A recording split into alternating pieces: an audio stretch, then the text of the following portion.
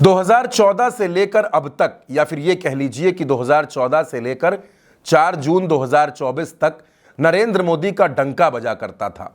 नरेंद्र मोदी की आंखों के इशारों पर सत्ताएं बदल जाती थी। लेकिन इतना सब कुछ होने के बावजूद, इतना मजबूत होने के बावजूद नरेंद्र मोदी बिहार में अपने कदम नहीं जमा पाए। बिहार में आज भी भारतीय जनता पार्टी के सामने यह मुश्किल है, यह मुसीबत है कि वो अपना नेतृत्व नहीं खड़ा कर पाई। भारतीय जनता पार्टी ने जब जब किसी को नेता बनाना चाहा, उसका वो प्रयोग फेल ही हो गया। चाहे रविशंकर प्रसाद रहे हों, चाहे मंगल पांडे रहे हों, नित्यानंद राय रहे हों, सम्राट चौधरी रहे हों, जितने चेहरों को आप देखेंगे, ये सब एक वक्त पर ऐसा लगता था कि भारतीय जनता पार्टी को इतना मजबूत कर देंगे कि बीजेपी बिहार में अपने दम पर सरकार बनाने की स्थिति में हो जाएगी। लेकिन आज भी भारतीय जनता पार्टी नीतीश कुमार के सामने मजबूर है। सम्राट चौधरी की पगड़ी भी नीतीश कुमार ने खुलवा दी, प्रदेश अध्यक्ष का पद भी छिनवा दिया, और अब कहा तो यह भी जा रहा है कि रेणु देवी और तारकिशोर प्रसाद की तरह किसी भी वक्त, किसी भी दिन सम्राट चौधरी की डिप्टी सीएम की कुर्सी भी छिन सकती है।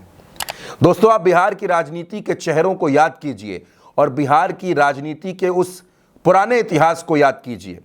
भारतीय जनता पार्टी अपना पहला मकसद रखती है कि उसको लालू प्रसाद को सत्ता से बेदखल करना है, और उस दौर में समता पार्टी के नेता नीतीश कुमार को आगे करके बीजेपी अपने इस प्लान में कामयाब भी हो जाती है। लेकिन फिर जब बीजेपी को लगा कि वो अपने बलबूते, अपने दम पर बिहार की राजनीति में स्थापित हो सकती है, अपने पार्टी के नेता को मुख्यमंत्री बना सकती है, तो ऐसा आज तक नहीं हो सका। अगर बिहार में नीतीश की जरूरत भाजपा है, तो उससे कहीं ज्यादा भाजपा की जरूरत नीतीश कुमार बन गए। और अभी जो गठबंधन नीतीश कुमार और भारतीय जनता पार्टी का दोस्तों चल रहा है, इसमें खटपट की इतनी खबरें हैं कि अगर वो खबरें बताना शुरू कर दिया जाए तो लंबा वक्त चला जाएगा। लेकिन बिहार में इन दिनों चल क्या कुछ रहा है, वो मैं आपको जरा तफसील से बता देता हूं। चिराग पासवान और नीतीश कुमार में खटपट है।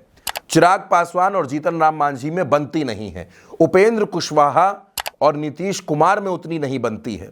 यानी जितने सहयोगी दल हैं, सब में अंदर झगड़ा चल रहा है, और यह झगड़ा बीजेपी का नुकसान भी कर रहा है।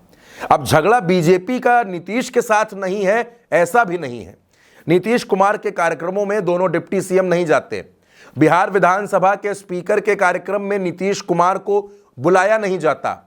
भारतीय जनता पार्टी के प्रदेश अध्यक्ष बिहार की सरकार पर, कानून व्यवस्था पर सवाल खड़े कर देते हैं। अश्विनी चौबे ये बात कहते हैं कि बिहार में अगला चुनाव एनडीए के नेतृत्व में होगा, चेहरा कौन होगा ये तय कर लिया जाएगा, लेकिन मुख्य जो चेहरा होगा वो भारतीय जनता पार्टी का होगा, नरेंद्र मोदी का होगा। ऐसे में नीतीश कुमार बड़े असहज हो जाते हैं। फिर नीतीश कुमार को बिहार में विशेष राज्य का दर्जा मांगते मांगते थक गए, नहीं मिला। नीतीश कुमार कहते हुए थक गए कि आरक्षण की उनकी सीमा को जो उन्होंने बढ़ाई है उसे 9वीं अनुसूची में डाला जाए, लेकिन नरेंद्र मोदी की सरकार उस मांग को भी पूरा नहीं करती है।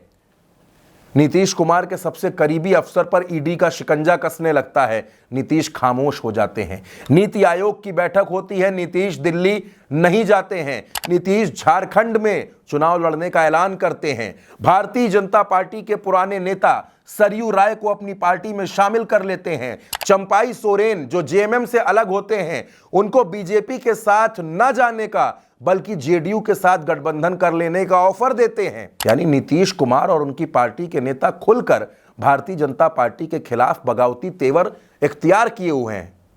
नीतीश कुमार असली चाणक्य नीति चलते हैं। नीतीश कुमार बिहार में दूसरे नेताओं को पनपने नहीं देते। भारतीय जनता पार्टी नेतृत्व के संकट से लगातार जूझ रही है, लेकिन फिर भी बीजेपी की यह मजबूरी है कि वो नीतीश कुमार के साथ खड़ी है, क्योंकि अगर वो नीतीश कुमार का साथ छोड़ती है तो उसकी स्थिति बिहार में और भी बुरी और भी खराब हो जाएगी। दोस्तों, बिहार में विधानसभा का चुनाव होना है, 1 साल बाद ये चुनाव है। नवंबर 2025 में वोटिंग होगी, नई सरकार चुनी जाएगी, और तब तक नीतीश और बीजेपी का गठबंधन रहेगा या नहीं रहेगा, इस पर भी अभी सस्पेंस है। लेकिन आज की तारीख में बिहार में भारतीय जनता पार्टी के पास ऐसा कोई नेता नहीं जिसको मुख्यमंत्री प्रोजेक्ट करके बीजेपी अपने दम पर अकेले बहुमत की सरकार बना ले। नरेंद्र मोदी और अमित शाह चाहे हर रोज दर्जनों रैली कर दें, लेकिन फिर भी बिहार में भारतीय जनता पार्टी अपने दम पर सरकार बनाने की स्थिति में कहीं भी नहीं है और इसीलिए उसको नीतीश कुमार की जरूरत है। यानी देश में चाहे जो कुछ चल रहा हो दोस्तों, लेकिन बिहार की राजनीति में नीतीश कुमार के इशारे पर ही सब कुछ होता है। आज बीजेपी नीतीश कुमार पर नहीं बल्कि नीतीश कुमार बीजेपी पर भारी हैं। आज नीतीश नहीं बल्कि बीजेपी कमजोर है, क्योंकि नीतीश कुमार जिस दिन चाह लेंगे अपने एक झटके से वो नरेंद्र मोदी की सरकार गिरा भी सकते हैं। और इसीलिए भारतीय जनता पार्टी के नेता नीतीश कुमार के बारे में बोलने से पहले 10 बार सोच रहे हैं, क्योंकि उनको पता है कि अगर नीतीश कुमार रूठे तो नरेंद्र मोदी अपनी कुर्सी पर कुछ घंटों भी नहीं रह पाएंगे। दोस्तों, बिहार की राजनीति में क्या वाकई आप भी ये मानते हैं कि नीतीश कुमार के सामने भारतीय जनता पार्टी आज भी छोटका भाई की स्थिति में है? बिहार में भारतीय जनता पार्टी अभी तक अपने किसी एक चेहरे को बड़ा नेता नहीं बना पाई है। इस खबर के बारे में आपकी जो भी राय हो, अपनी राय हमें कमेंट बॉक्स में जरूर भेजिएगा।